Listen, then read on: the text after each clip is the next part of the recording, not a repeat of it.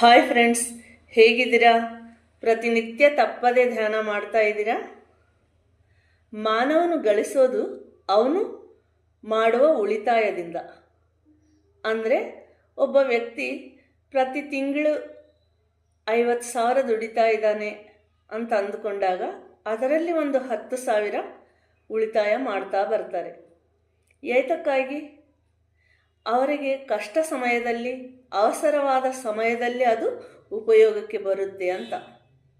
ಅದೇ ರೀತಿ ನಾವು ಪ್ರತಿನಿತ್ಯ ಮಾಡೋ ಧ್ಯಾನ ನಮಗೆ ಅವಸರವಾದ ಸಮಯದಲ್ಲಿ, ಅಂದರೆ ನಮಗೆ ಕಷ್ಟ ಅನಿಸಿದ ಸಂದರ್ಭದಲ್ಲಿ ಆ ಧ್ಯಾನ ಶಕ್ತಿ ನಮಗೆ ಉಪಯೋಗಕ್ಕೆ ಬರುತ್ತೆ. ಅದಕ್ಕಾಗಿ ಪ್ರತಿನಿತ್ಯ ನಾವು ಧ್ಯಾನ ಮಾಡಬೇಕು. ಹೇಗೆ ನಾವು ಉಳಿತಾಯ ಮಾಡಿದ ಹಣವನ್ನು ಮರುದಿನವೇ ಅದನ್ನು ಬಳಸೋದಿಲ್ಲ ಅಲ್ವಾ?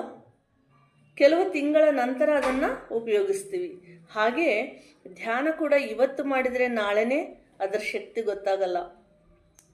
ಪ್ರತಿನಿತ್ಯ ನಾವು ಧ್ಯಾನ ಮಾಡ್ತಾ ಇರಬೇಕು. ನಮಗೆ ಕಷ್ಟ ಅನ್ನಿಸಿದ ಸಂದರ್ಭದಲ್ಲಿ, ಆ ಸಮಯದಲ್ಲಿ ಆ ಧ್ಯಾನ ಶಕ್ತಿ ನಮಗೆ ಉಪಯೋಗಕ್ಕೆ ಬರುತ್ತೆ.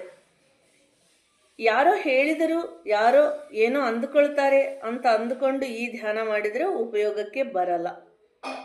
ನಮ್ಮ ತಂದೆ ತಾಯಿ ಮೇಲೆ ಎಷ್ಟು ಗೌರವ ಇರುತ್ತೆ, ನಮ್ಮ ಮಕ್ಕಳ ಮೇಲೆ ಎಷ್ಟು ಪ್ರೀತಿ ಇರುತ್ತೆ, ನಾವು ಪೂಜೆ ಮಾಡೋ ಭಗವಂತನ ಮೇಲೆ ಎಷ್ಟು ಭಕ್ತಿ ಶ್ರದ್ಧೆಯಿಂದ ನಾವು ಮಾಡ್ತೀವಿ ಪೂಜೆಯನ್ನು. ಅದೇ ರೀತಿ ಈ ಧ್ಯಾನ ಮಾಡಿದಾಗ ಅದರದ 100% ಫಲಿತವನ್ನು ನಾವು ಕಾಣ್ಬೋದು. ಅದಕ್ಕೆ ಪ್ರತಿನಿತ್ಯ ತಪ್ಪದೇ ಧ್ಯಾನ ಮಾಡಿ ಆನಂದವಾಗಿ ಜೀವಿಸಿ. Thank you.